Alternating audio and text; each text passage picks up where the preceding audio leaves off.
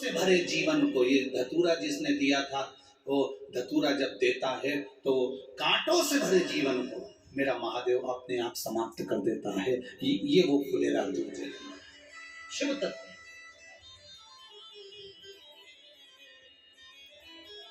आप लोग सब कुबेरेश्वर धाम आए हुए हो, चढ़ा देते। श्री शिवाय नमस्तुभ्यम तो आप बोल ही रहे हो।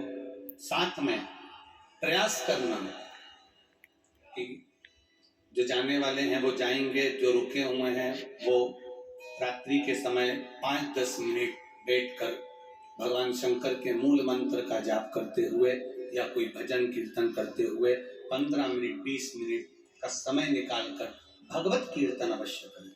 फुलेरा दूज के लिए हम धतूरा नहीं दे पाए बाबा आपको, हम धतूरा नहीं चढ़ा पाए आपको, पर बाबा हमारे जीवन में भी बहुत सारे कांटे भरे हुए हैं। इन कांटों को आप स्वीकार कर कर हमारे जीवन की राह को एक निर्मल कर दीजिए, साफ कर।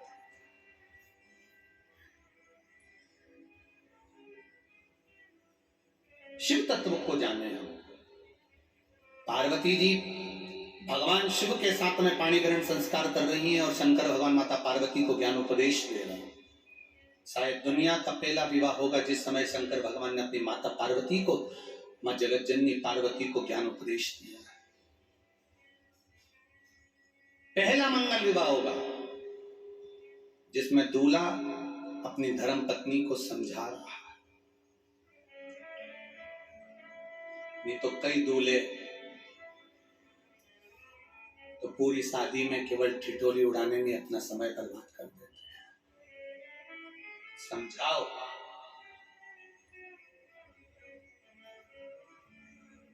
थोड़ा लड़के को लड़की की ओर ढलना पड़ेगा और थोड़ा लड़की को लड़के की ओर ढलना पड़ेगा।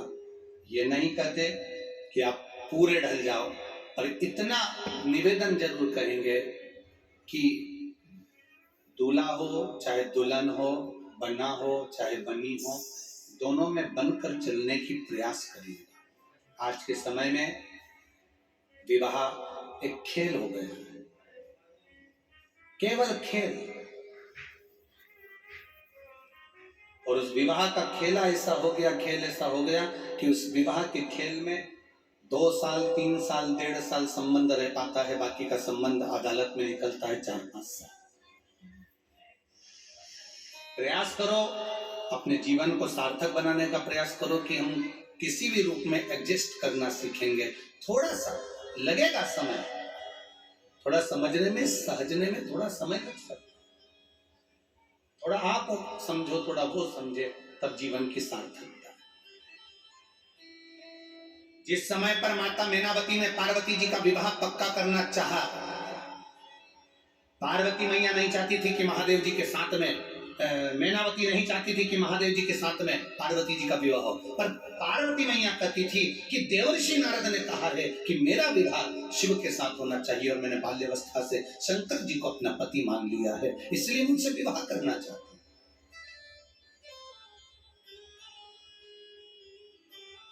क्या है शिव जी के पास में?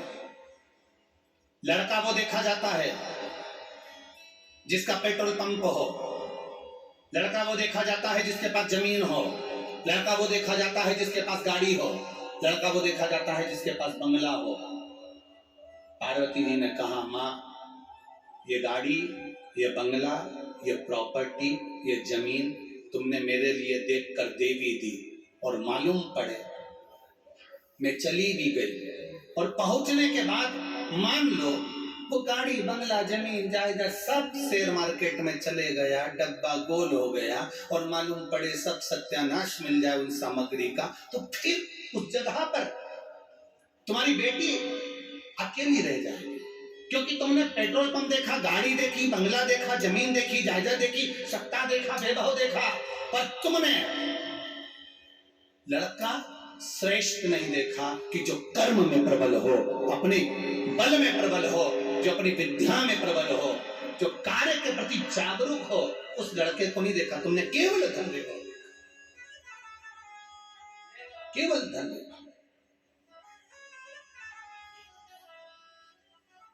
और जो कर्म के प्रति जागृत होता है वो एक दिन वापिस बंगला भी बना लेगा, गाड़ी भी बना लेगा, जमीन भी बना लेगा और जायदाद भी बना लेगा।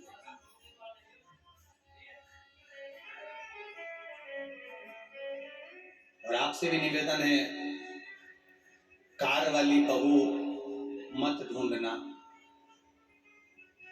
और कार में बिठा के छोरे को ले जाए। आप अगर ढूंढना तो संस्कार वाली बहू ढूंढना जो घर में 4 कारों का भी निर्माण करते हैं। संस्कार हो हमारे जीवन में बहुत जरूरी है, बहुत जरूरी। और पार्वती मैया उस उपदेश को पाकर आज प्रसन्न हुई। विवाह हुआ, मां जगत जननी नंदी पर सवार होकर शंकर भगवान के साथ में कैलाश धाम पहुंच गई। समय आया, शंकर भगवान के तेज पुंज को ले जाकर गंगा जी को दे दिया। गंगा जी की धारा से 6 पुत्रों का प्राकट्य हो गया। षडानंद कार्तिकेय का जन्म हो गया। गंगा जी को मालूम पड़ा तो गंगा जी ने जाकर क्रोध किया। क्रोध कर अग्निदेव सूर्यदेव को श्राप किया। गंगा के जल से अपने पुत्र कार्तिकेय को लेकर आ गई षडानंद। जब षडानंद कार्तिकेय जी प्राप्त हो गए, षडानंद कार्तिकेय जब मिल गए, आ गए, तब उस समय पर कार्तिकेय के आने के बाद मां पार्वती जी ने कहा तुम जाओ तारकासुर का संहार करो। पर एक बात का स्मरण तुम्हारे भीतर रहे, जिस तारकासुर को तुम मारने जा रहे हो, तारकासुर के हृदय में शिव बसा हुआ है, भगवान शंकर बसे हुए। कहा षडानंद कार्तिकेय ने कि मां तारकासुर तो असुर है, राक्षस। पार्वती जी करी भले वो राक्षस है, उसके हृदय में शिव बसा है। वो असुर है, उसके हृदय में शंकर बसा है। मैं तुझसे कहती हूं षडानंद कार्तिकेय, तारकासुर को मारना तो उसके हृदय में कोई बाण न लगे, उसके हृदय को घात न लगे। शरीर को छेदित करेगा चल जाएगा, पर हृदय को छेदित मत करना। हृदय को छेदित मत करना। शरीर को छेदित करेगा ना तो चल जाएगा, पर हृदय छेदित नहीं होना चाहिए। हृदय में छेद नहीं होना चाहिए। क्यों? क्योंकि उसमें मेरा शंभु विराजमान है, मेरा शंकर। सारे देवताओं की लिस्ट उठाकर देखना, सारे देवताओं में इंद्र देव के दुश्मन मिलेंगे, असुर मिलेंगे, राक्षस मिलेंगे।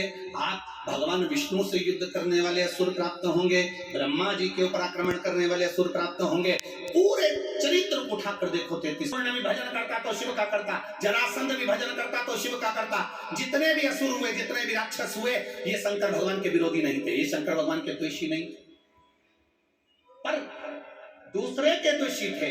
इसलिए शिवजी प्रकट होकर इनका संहार करना चाहते थे। क्यों? किस लिए? तारकासुर ने क्या मांगा था कि षडानंद भगवान शंकर के पुत्र द्वारा मेरे प्राण छूटे? क्यों मांगा? क्योंकि तारकासुर जानता था शंकर भगवान शादी नहीं करेंगे। मैं मांगूंगा कि इनके पुत्र द्वारा मेरे प्राण छूटे तो इनकी विवाह होगा, नहीं तो ये विवाह भी नहीं करेंगे। अर्थात हित चाहता था, हित। वो अहित नहीं चाहता था, हित चाहता था।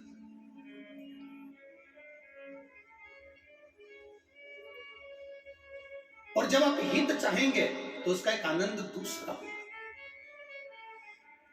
एक पत्र आया है, देखिए।